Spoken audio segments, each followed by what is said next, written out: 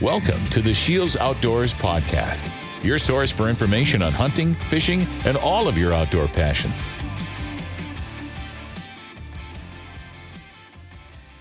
Hello, everyone, and welcome to the SCHEELS Outdoors podcast. My name is Mike Anderson, here with my co-host, Ashley Sorensen. How you doing? Doing great. Good to hear. And this segment is sponsored by Costa sunglasses, and specifically their Pro Series.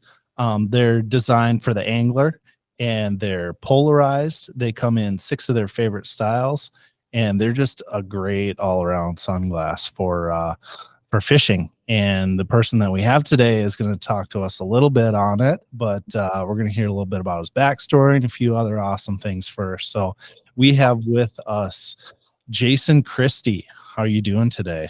I'm doing good. Good. Glad to be on the show. Okay. So Jason, Bassmaster Elite Series angler, just tell us a little bit about yourself. Well, kind of the short story. Grew up, played ball, played in college, played basketball, graduated, started coaching. And anybody that's familiar with education knows that there's not a lot of money in education. So to supplement that for 10 years, I kind of fished on the side. And after 10 years, it got to where my fishing was getting so big that I had to make a decision. I knew that I didn't want to cheat the kids and I didn't want my fishing to be cheated. So I made a choice, started fishing, and 15 years later, that's what I do. So, honestly, whenever I started fishing, I remember saying, well, I'd saved a little bit of money. I thought this is going to be a 1 or a 2 year vacation, and then I'll have to go back to the real world. But I mean, it's been great. I've been able to provide a great living for my family, and do things that I probably never would have been able to do if I would have stayed in education. Not that anything bad against it, but I love being outside, and whether, like today, I've been outside working all day, and I just like being outside, whether it be fishing, hunting, working. And yeah, that's pretty much me. I got 3 girls, and they cost a lot of money. So therefore I need to make some money. I can vouch for that one. Yeah, but I've been really lucky and successful in what I do. So I've had a lot of breaks, I should say. When it just seems like most times whenever you got a fish on, there's a lot of times that fish could come off, and for some reason in my career it's just come in. Things have went my way, and I could never win another trophy and not be mad about it, because I've had a great career and hopefully still got 10 years maybe left, 10 or 15 or whatever it comes to. Mm-hmm. Well, I'm glad to hear those fish stayed on the line, because otherwise you probably wouldn't be here with us today.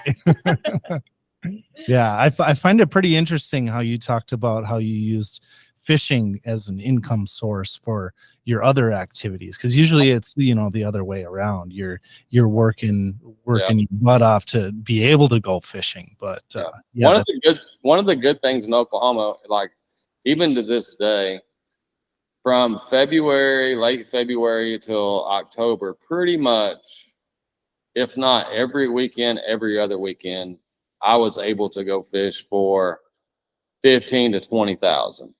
You know what I mean? That's a lot of money. We have a really strong fishing community here, and there's we have a tournament for a boat or something, and there'll be 250, 350, 350 boats in it. But it paid good. So, and not that I won all the time, but I won enough where, and the good thing was I fished with my dad, my uncles and stuff. So we were able to not only spend time together, but, make some money doing it. Yeah, that's really cool to hear. Best of all worlds. Yeah. Yeah. Absolutely. So I'd like to hear a little bit about your Bassmaster Classic win. 2022, Sabine River, correct? No, the classic, well, I won at the Sabine, but that was a regular season event. The classic that I won was on Lake Hartwell in South Carolina. Okay.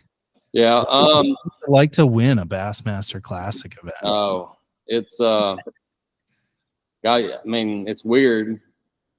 The three of us are talking and you say that, and literally just my body, it's just goosebumps. And I think the reason it's like that for me is that was the 8th or 9th classic that I'd fished. Two of those classics, I had a ginormous lead going into the last day. I lost in both of those occasions. I finished high a lot, and I was just starting to get to the point where I didn't know if I was going to be able to win. You know, I was like, I don't know if, you know, you start second guessing. You're like, I don't know if I got what it takes to win. And then literally one of the classics where I had a big lead was on Lake Hartwell back in, I want to say 16 or 17. And last year we go back to Hartwell and I was able to pull it off. And the feeling whenever, you know, you do something like that, it just, I mean, that's what I'd worked for. That's what one of the things that was left in my career that I really, really wanted to do. And it was to win one of those and to be able to do it on Hartwell where I lost before. And there's something about Lake Hartwell that I've had a lot of success on. I won my first major event there back in 2011. And it just seems like every time we go there, you know, I do really good. So to win it there and to do it in the fashion that I did, where I literally caught the winning fish in the last 10 minutes, you know, it makes it pretty special. And it was my first year back to Bassmaster. I left for a couple of years and went to another league and then came back. And the classic is what drew me back, you know, all of the hype and stuff around the classic, the people, the fans, the sponsors. That's what drew me back. And then to come back the first year and to be able to do it, that's what made it real special. Yeah, I bet. That's super cool. So what do you what's your favorite style of fishing? Pretty much what's on that backdrop behind you.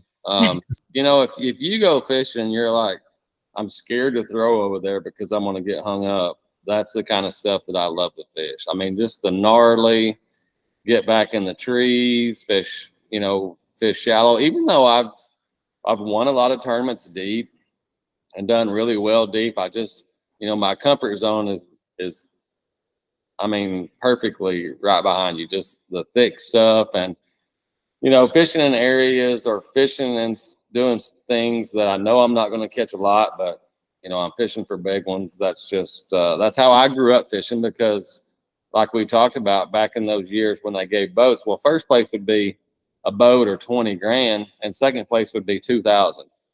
Mm-hmm. Third place would be 1,000. So we fish to win in those events. And that's how I fish on the Elite Series. Like, I go every event and try to win it. And if you look at my career, you know, the statistics, like I do really, really good, really, really good, really, really good. And then I'll bomb in one, and then really good, and then bomb in one. And the reason that I think it's like that is because that's what happens when you try to win every time. You know what I mean?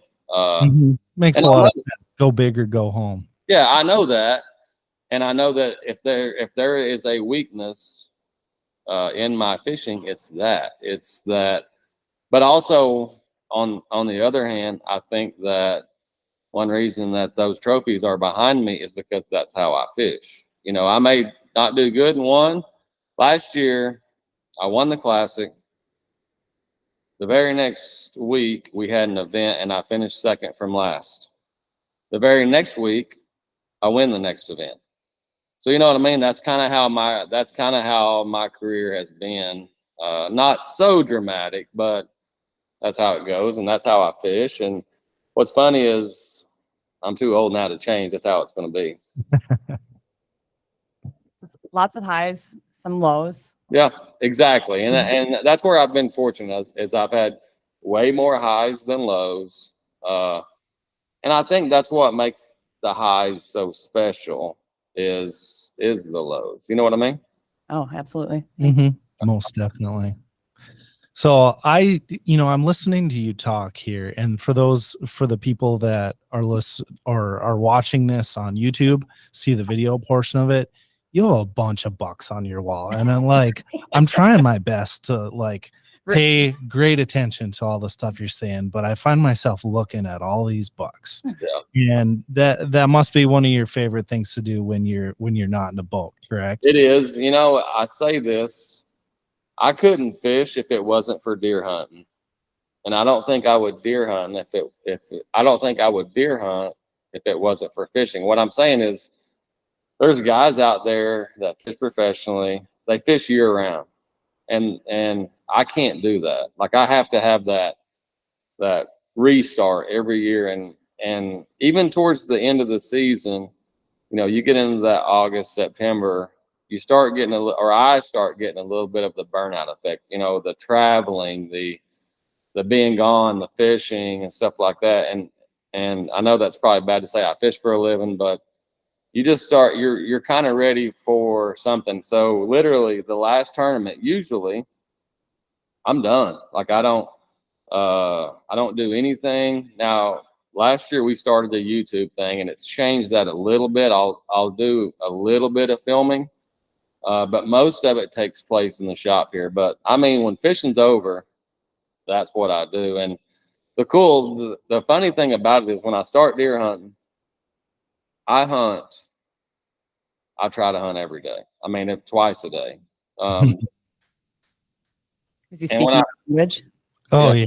I'm just giddy right now. So don't get me wrong, I love fishing, but when I first start hunting, I don't think about anything else other than deer hunting, and just being out there. And then you kind of get like the middle of the season, and it's like, all right, you start answering emails about, getting the boat rigged up and stuff. And then by the end of the season, deer season, I'm literally in the deer stand the whole time on my phone, looking at Google or ordering tackle or doing something like that, getting ready for fishing. I'm excited at the end of deer season to go back fishing. And I'm just as excited to go deer hunting.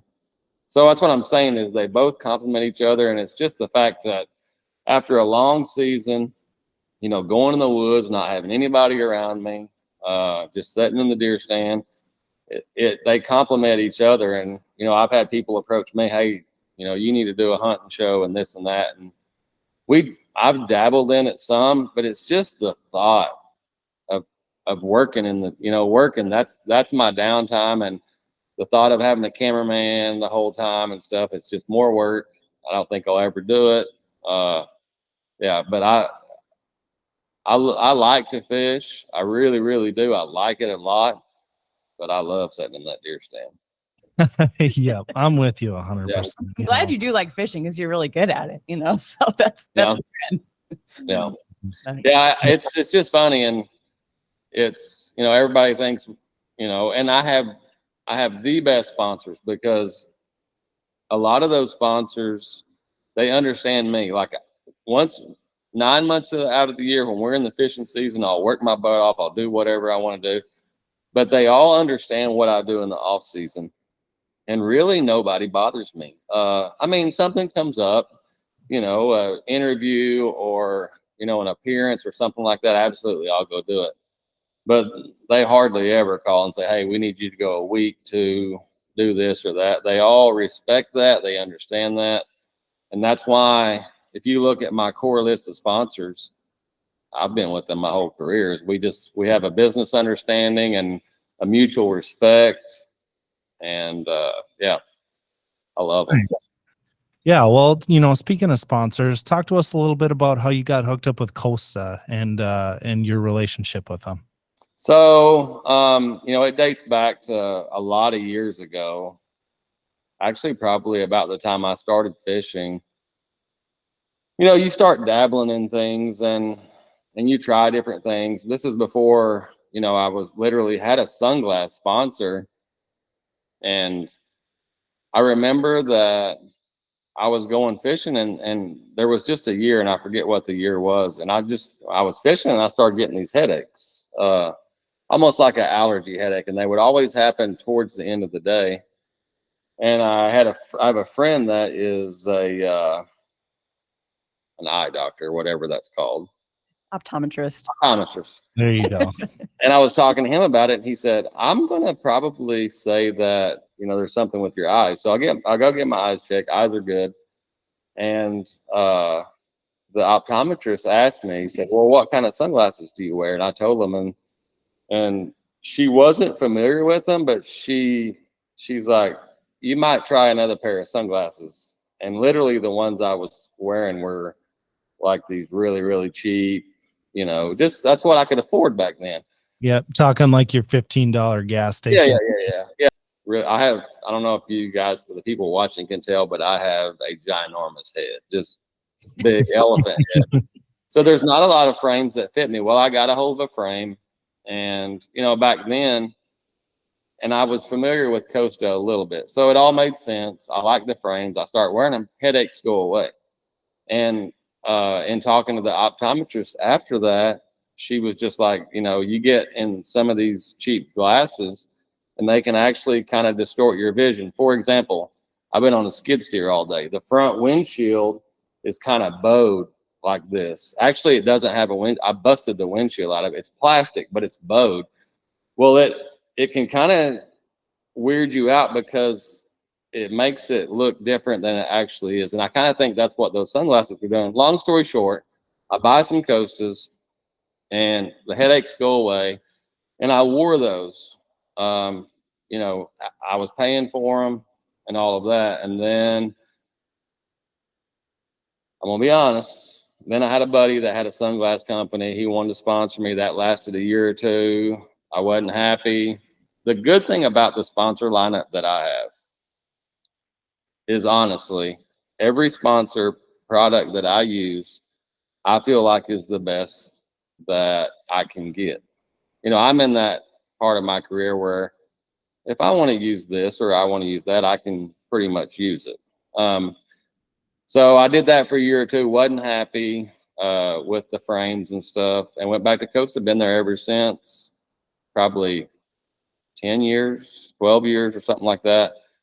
And that's how it all kind of went down. And like I said, kind of about the deer hunt, I don't expect, unless they fire me, I don't expect that I'll be going anywhere. So, in talking about them, I get a lot of comments, a lot of questions on social, through friends, just buddy stuff. And everybody's in this industry, everybody wants the quick answer. What bait do I throw?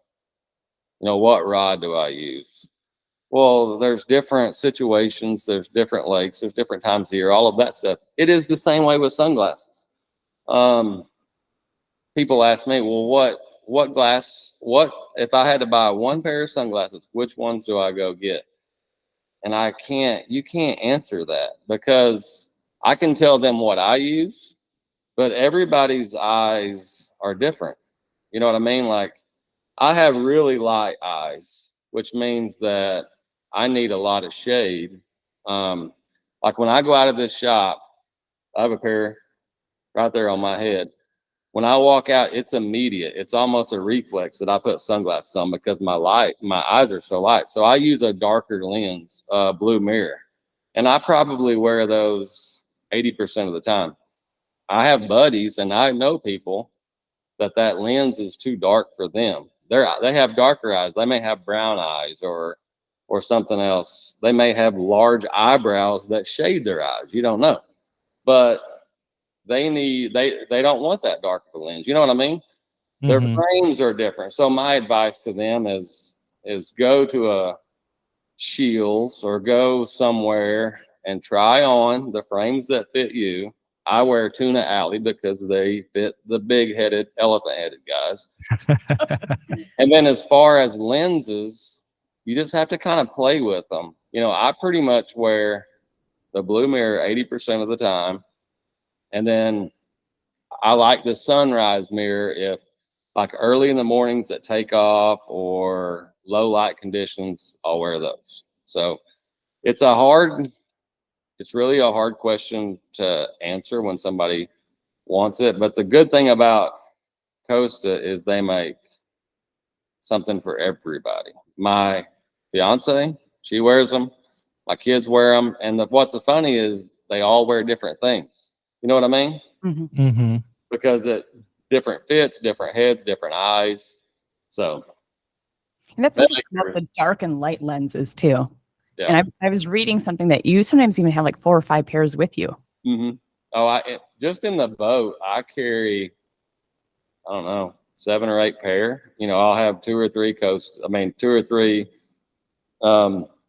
blue mirror. I mean, I lose one, they blow off my head, you know, that kind of stuff. And then I got 2 or 3 sunrise in there. But like in my truck, I got extras, and I'm always still sampling stuff. You know what I mean? They come out with something new, they'll send it to me, I'll look at it, but I pretty much always land on those 2 lenses and that frame. Okay. You can tell a difference when you use polarized versus like a different lens, like the cheapos you said, because you can like see. Oh, especially like, when you're looking into the water and stuff like so that. have they really helped you? I want to tell you a story. Have they helped me? So, and it's funny because this happened last week. We were on Lay Lake and I think that's in Alabama. That's what happens when you travel so much. I think it's in Alabama. It is in Alabama. And I was fishing in an area, and I wasn't really sight fishing. You know, I was fishing. And all of a sudden, my mentality kind of changes. I see one, and then I see another one. Well, then I go from fishing to looking. I just happened to look over there, you know, and the water's not clear. I just happened to look over there, and I see a big fish like leaned up against lean. It wasn't lean. She was suspended under some lily pads. And I make a cast. She doesn't bite. Well, literally, she takes off swimming.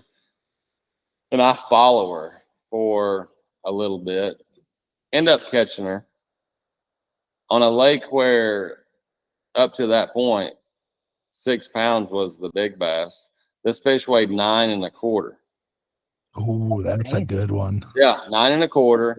I saw her bite. I saw her, you know, and so what that fish did for me was I didn't have a good first tournament. So it made up for that. It put me back good in the points. But I won big fish of the event. It put me in the top 10 for that event. I ended up finishing 3rd. I really, really should have won that event. If it holds out, which it should for big fish of the year, that's an extra $10,000.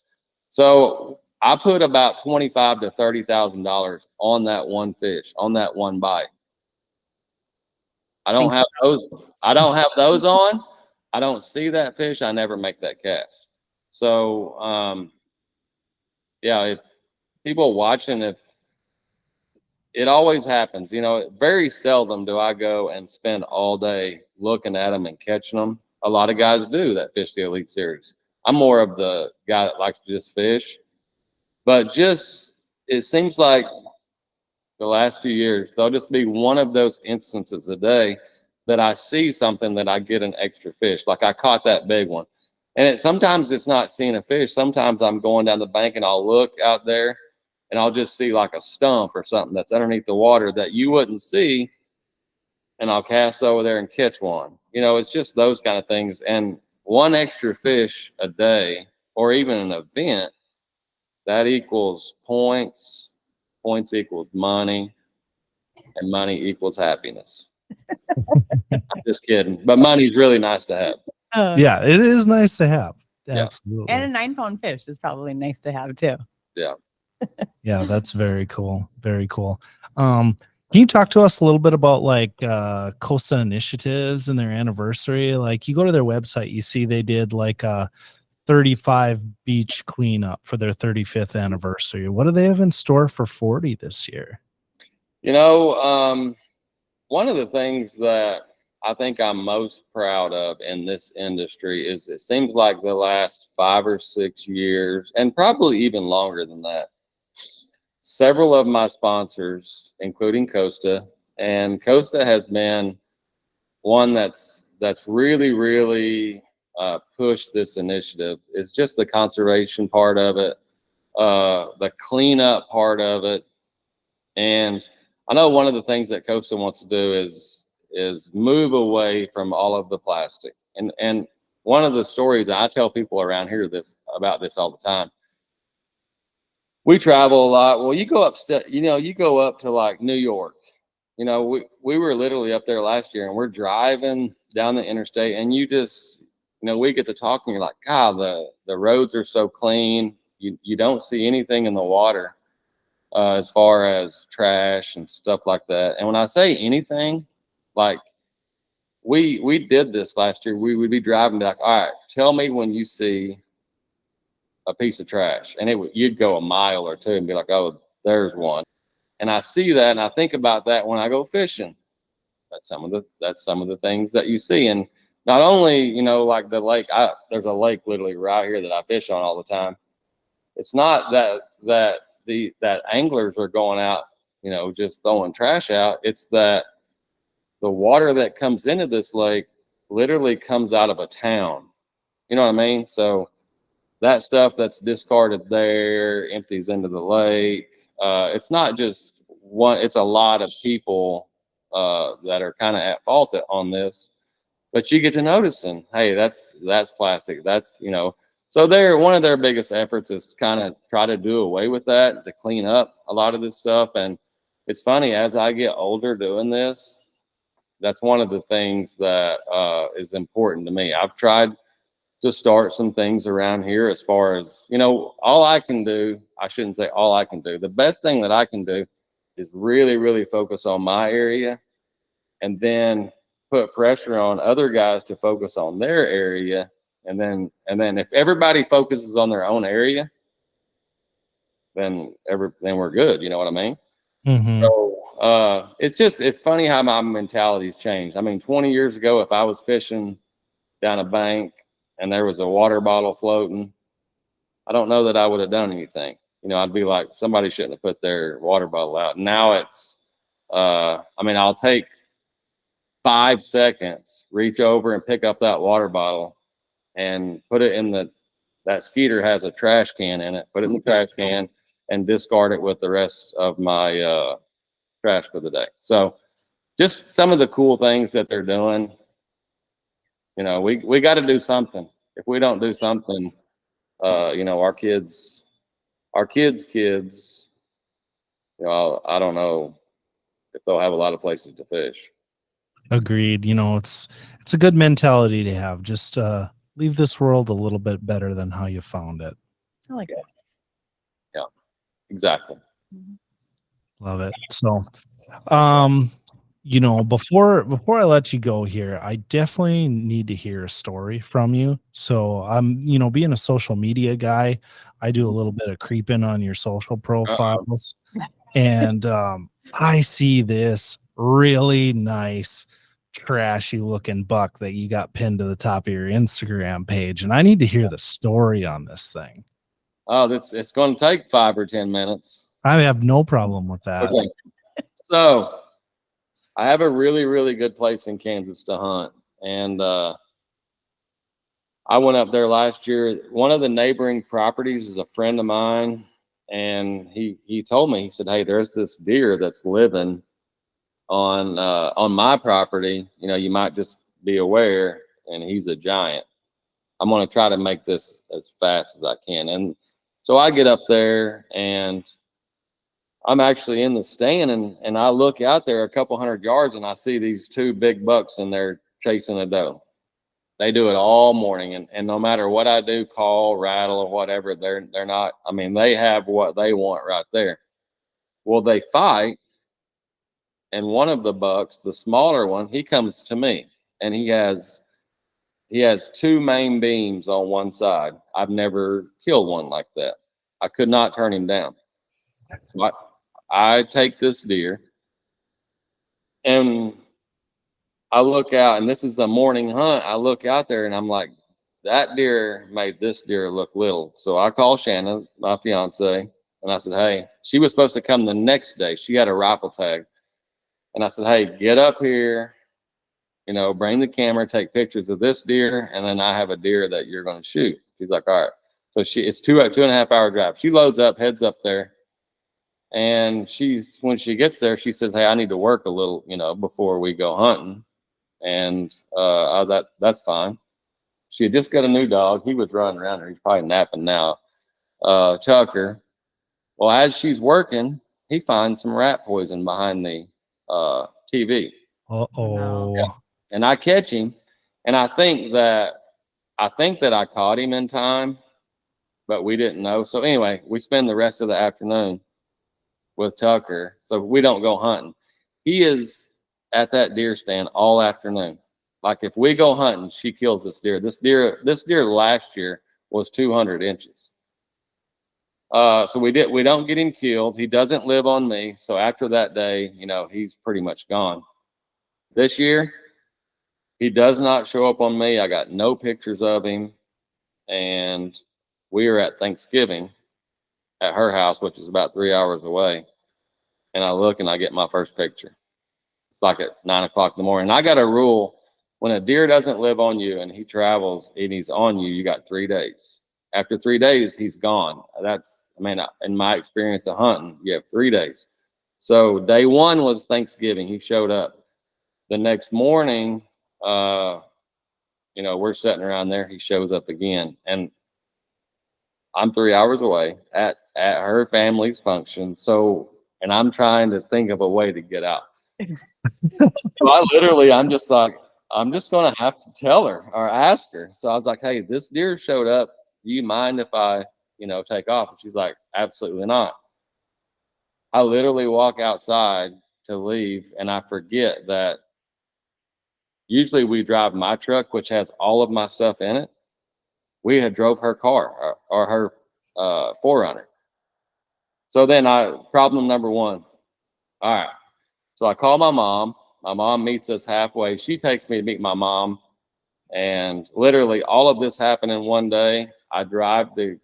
We meet in Tulsa. I drive to Kansas. I get there at 3:30, and that deer walks in that evening, and I shoot him. And he had 20 scoreable points. I'd never killed a deer before that had a drop tine, and that deer had 3, I think. I saw 2 for sure. 3 wouldn't surprise me either. Yeah, I think he had 3. And what's funny is my property up there is literally a mile from this small town, and this deer was the talk of the town. Everybody knew this deer, and they called him X. Yeah, because of the way his horns looked. It was kind of like an X. And I go up there, I kill this deer, and word got out that some out-of-state guy killed their deer in town, and so that is cool. It was the biggest deer score-wise. Just a cool one. I'm not one that goes on the score. If it's mature and if it makes you happy, then that's what a guy needs or a girl needs to do. You know what I mean? Absolutely. It's whatever gets the heart pumping. Exactly. Is you want to take. And that one is, if your heart's not pumping when that one's coming towards you, you better check your pulse. Yeah. And it's not, I've deer hunted forever, and I know there's people that probably don't agree with it, but we eat a lot of deer meat. And it's like that deer. We do our own processing. And I just, it's a whole process. We eat the heck out of it, and I kind of enjoy a little bit of processing it and packaging it, and just between Shanna and me and the kids and my mom and dad, we'll eat 6 or 7 a year. So we're actually having deer meat tonight. There you go. I actually am too. So I'm in a softball league, and it's our first night. And we have the late games tonight. The first game's at 7:30. So I've got the portable grill, and I've got some deer steaks I'm gonna make before that. So I'm joining you, buddy. Yeah, we're having spaghetti tonight, and last night we had we were gonna have fish tacos, crappie tacos, and for some reason I don't think she thawed crappie out. So we ended up having deer steak tacos, and they were pretty good, actually real good. And then tonight is spaghetti. There you go. Yeah. Very cool. Soon you'll have a cooking channel, it sounds like, too. Yeah, I don't know about that. You know? With everything you catch or shoot, you know. Yeah. No, I just love it. Everything about, you know, being outside is just, that's all me. If, you know, torture to me would be pin me in this house all day long. That's torture. Yeah. Today has honestly been a little bit of torture now, thinking about having to sit in the office and sit through meetings, and you talk to me about hanging out on a skid steer all day and telling deer stories. It's like, I need to get out of this building right now. Well, we have a, so this shop that you see in the background, I built last hunting season was the first season that I wasn't free to hunt. Like I built this, and so this shop sits on my hunting land. I built this shop. I only hunted very little last year, and it killed me. And now just outside the shop, we're building a house that they're texturing sheetrock this week. They're starting the rock on the outside. And there's a wedding here in September. So we're on a tight schedule, if you know what I mean. And I kind of like having a schedule, but it's been busy. And, you know, as far as this year, I haven't fished. If I'm not fishing the Elite Series or filming for YouTube, I'm not fishing. I'm here working. And that's usually not like me. Like, usually if I'm gone to the Elite Series, I'll come home, mow the grass, do that kind of stuff, get in a good spot, and then I'll fish for 3 or 4 days and then go to the next tournament. I've not been able to do any of that this year. It's all been trying to get everything ready. Mm-hmm. But you've got some things you're excited about in the fall then, right? Yeah. That's the wedding, and then the next day is deer season. So the honeymoon has. Yeah. I take it you found one that's accepting of your hunting habits. Oh yeah. That makes us get along good. But yeah, it's the choice is either a postponed honeymoon or the honeymoon's going to be in the deer stand out there. So, I mean, either option sounds pretty good to me. Yeah, you know, it's one of those deals where we both travel so much. Honestly, we've talked about it. The honeymoon it kind of sounds good just to stay home. Mm-hmm. You know, enjoy the new house and just stay home. Hey, nothing wrong with that at all. So, Yep. Well, I appreciate your time on here. So it's been good chatting with you. Good. I enjoyed it. And if you guys ever get bored again and want to hear more stories, then reach out. Yeah. Nothing like hearing a good story. Love to hear that on the podcast. And good luck to you on the rest of the tournament too. Thank you. I'm gonna need it. So the classic next year is on my home lake where I grew up fishing. Yeah, we got 4 tournaments left. I need to finish the year out in a good way. All right. Best of luck to you. Thank you. You guys have a good day. Thanks. You too.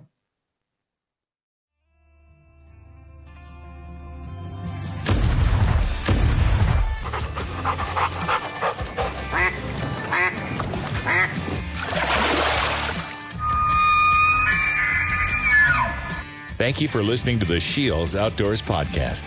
Stay tuned for future segments and visit our social media pages, SCHEELS Outdoors on Facebook and Instagram for daily updates.